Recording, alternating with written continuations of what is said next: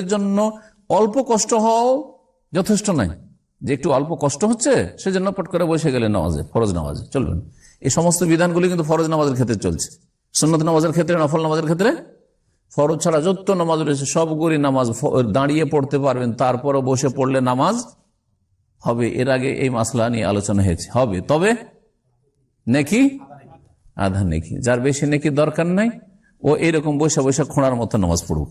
যেমন ভারত, বাংলাদেশ, পাকিস্তানে বিদাতীদের লক্ষণ হচ্ছে নফল পড়া বসে বসে, মাগরিব পর নফল বসে পড়া, এশা পরে নফল বসে পড়া।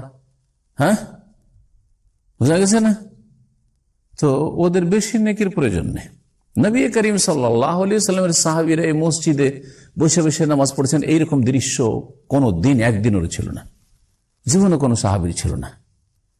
তাহলে যখন ছিল না, তারা রাসূলুল্লাহ সাল্লাল্লাহু আলাইহি ওয়াসাল্লামের সাথে থেকে, তাহলে এটা সুন্নত নয় যে বসে বসে নফল পড়েন। নফল মানে বসে পড়তে হবে, এটা বেদাতি ধারণা। নফলের ক্ষেত্রে বসে পড়লে অর্ধেক নেকি পাবেন, তার মানে এই নয় যে আপনি বসে বসে পড়া শুরু করবেন, তা আপনার অনীহা, তাহলে ভক্তি নেই নেকির ওপর। টাকার ক্ষেত্রে 1000 রিয়াল বেতন, আর যদি বলে দেওয়া হয় 2000 বেতন, কফিল টফিল সব ছেড়ে দিয়ে একামা ফেলে দিয়ে দৌড় দিবে, যা কোনো রকম করে বৈধ করে নেব। হ্যাঁ, নাহলে কিছুদিন থাকলে তো হলে, এখানে 1 বছর চাকরি, ওখানে 6 মাস চাকরি সমান, তো এখানে 1 বছর থেকে লাভটাই, সব হিসাব করে ফেলছে। নেকি দরকার নেই, এটা হচ্ছে বিদাতীদের লক্ষণ। যারা লম্বা তাহাজ্জুদ পড়ছেন, নবী সাল্লাল্লাহু আলাইহি ওয়াসাল্লাম তাহাজ্জুদের পরে কত তাহাজ্জুদ লম্বা পড়তেন। সূরা মুজাম্মিলে 3 রকমের তাহাজ্জুদের কথা। লম্বা তাহাজ্জুদের পরে মানুষ ক্লান্ত হয়, স্বাভাবিক, ভেতর পড়লেন, তারপরে 2 রাকাত নামাজ বসে পড়তেন।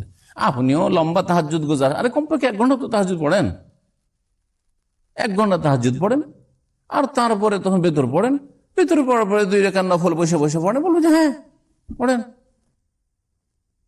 এমনি এমনি নফলে বসে পড়া, আর তাও মসজিদে, আবার এটা সুন্নতের খেলাফ কাজ।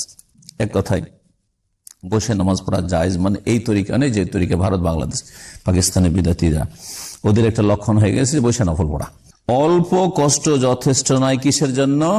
বসে নামাজ পড়া জায়েজ করার জন্য। বালিল মুতাবারু আল মাশাক্কাতু যাহিরাত, বরং স্পষ্ট কষ্ট আপনার চেহারাতেই অথবা